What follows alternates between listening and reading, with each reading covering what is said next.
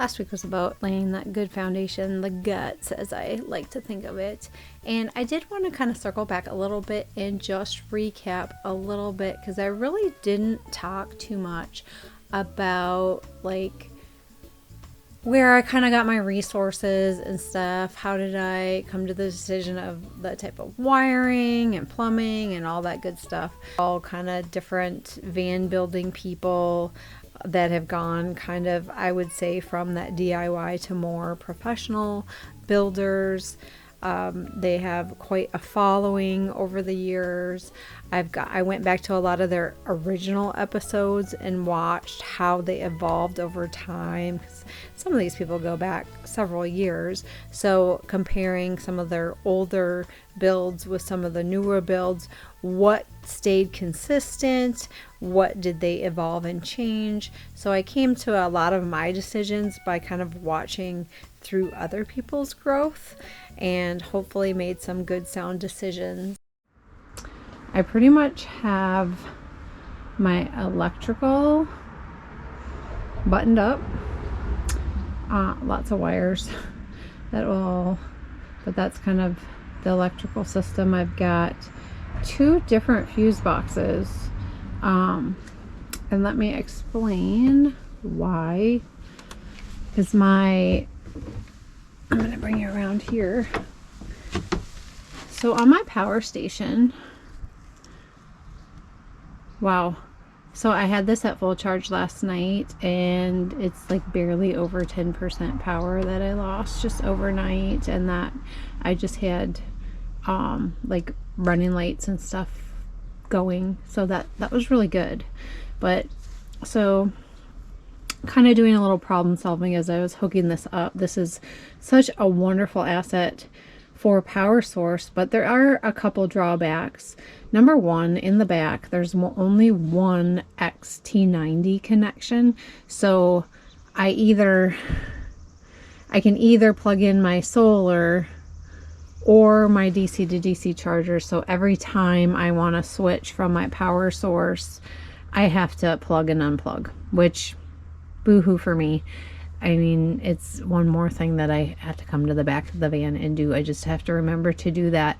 I was hoping to kind of figure out if there was some way to wire, and I might just need to do some more research to wire if there's like a switch that if it's turned this way, it would go to the DC to DC charger, and if it was turned this way, then it would power from the solar. I did reach out to AFRI to see if I could do an XT90 splitter, and they said no, because then that's 2 huge power sources coming into the same vessel, and that would ruin my equipment, which that kind of sucks, because some of the smaller versions of this actually have 2 different ports. So that is one drawback of this. I wish there was a couple ways that it powered. And then also on the flip side is because everything in the camper van is a 12-volt system mainly. So what I did is on this fuse box, because this has to go through like this port where it's like a cigarette lighter. So the max amp on this is, I think, 10 or 15. It's like 10 or 15. I don't know. It's lower. So what I did is I ran my lower count fuses. So like my lights are all like 5 amps.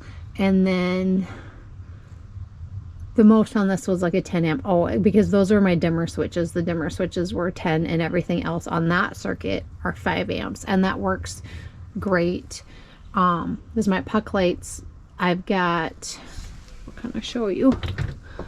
So if you can see or not, there's 4 that'll be like, say, bedroom, that are on one switch.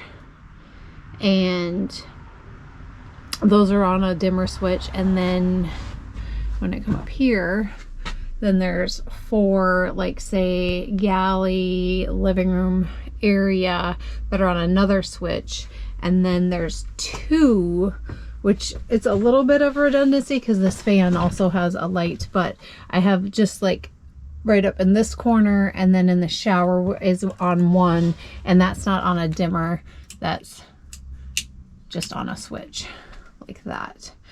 I feel very accomplished. It took a lot of pulling my hair out on the electrical. I did not record a lot of the electrical because I'm sure I'm not up to code or anything like that, and hopefully I don't burn myself down, but I was pretty safe. I ran a lot of, I have to get a few more, ran a lot of loom to safeguard my wires. I have some extra wires back here for later on. I do have, like, for my AC, I have a lot of wires ran, because ultimately for the AC I've got 3 or 4 outlets. I think like 3. There's like one that's up here, ultimately one up here for my I think like microwave GFCI, then I've got one dedicated down there for hot water heater, and then my Laveo dry flush when it needs to be charged. I have a charging source, and then I wanted to have one just outlet here, and then somewhere just back here. But my workaround right now, because I first thought was to just wire these and put like an extension cord plug on the end. That did not work for whatever reason, and that just seemed to be more work than was necessary. And then actually what I did is I went to the hardware store and I got these really nice heavy duty big gauge wires, and these are like 25 feet extension cords, and see, that's got 3 outlets. So I mean, I really don't need that ultimately, or I could cut that off and use the wire for that. But I've got extra wires in the walls, so when I get my walls up, if down the road I want to add anything, the wires, it's already like there, it's already pre-wired. But then that, so I've got 2 of those running. I've got those 2 running, one this way and one that way with those plugs, because then here my AC, I've got 4 plugins down there. Because then I also have like this little one. This is kind of like the one that lives back by the bedroom, which I've got a lot of USB ports. So like this one's got 2 outlets and 3 USBs. And then I also have just these 2 dedicated USBs. And then I actually think my reading lights, which I have here. Nope, yeah, they do. I was gonna say, I thought I saw a USB on there. And then the reading lights have USBs, which these are nice. You can see, ooh, little reading lights for back here. So I have gotten quite a bit done. I've just been trying to really push through because we leave for vacation tomorrow. So I've got kind of like my base boards to screw my walls into. I've got some runners, which this is what I was working on last night, just some runners up here for my walls to connect, or my ceiling, sorry, to connect onto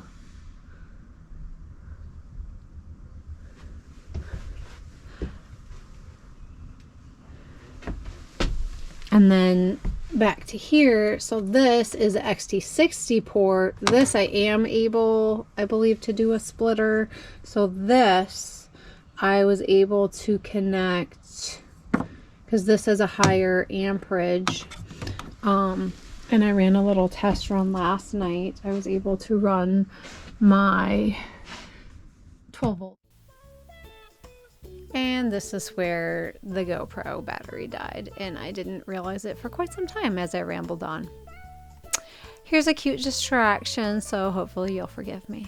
I was just saying how I was able to split to the Out-Equip Pro AC unit and then my other fuse box. But that was really short-lived, which you're going to find out in a later video. But enough about electrical. Let's put that to bed for a while because we're going to circle back to electrical about a million more times before this is said and done. Let's do some flooring. Unfortunately, I feel like I got a lot of things accomplished this week that really made me feel like things were moving along, and I did not record as much as I should have.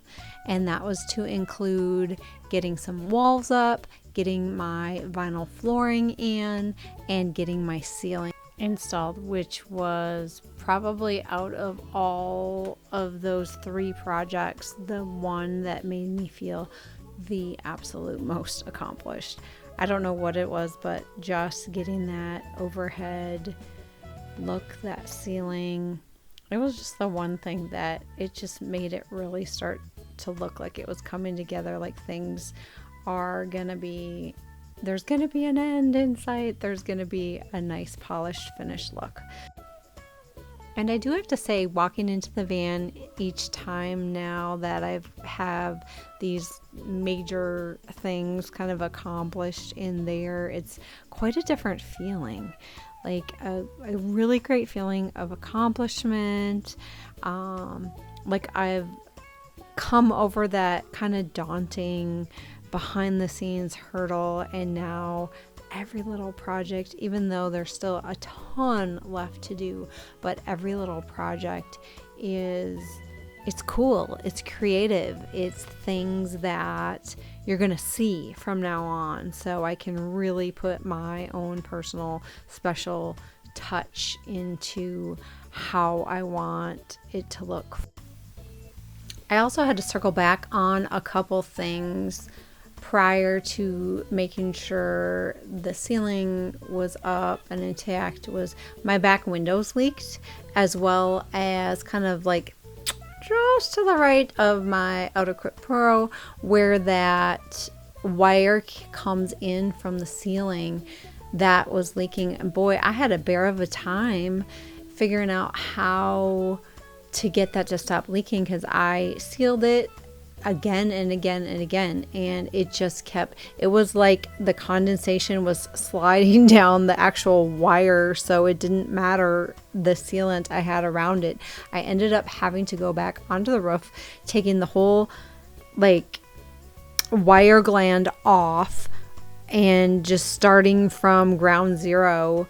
And I think I originally had like butyl tape on there, and I ended up taking all of that off and then using like some more of like a silicone sealant, and then I actually put like a up where the wire comes into the ceiling, up in the ceiling panels, I put a water detector. I velcroed it up into that ceiling. So, and it's really close to, I do have access very close to where the AC unit is, and then also right there in the ceiling, kind of where the ceiling meets the wall there, that's where my cabinets are going to be. There I kind of purposely am leaving that a little open, so in the back of my cabinetry I will have access panels, and the ceilings are all individual planks, so if I ever need access to the ceilings, I don't need to take the entire ceiling down. I can take one plank at a time. And I think this is a really great place to stop for this week. Thank you so much for watching. Really, really appreciate the likes, the subscribes, and all the love. We will see you again next week. Bye.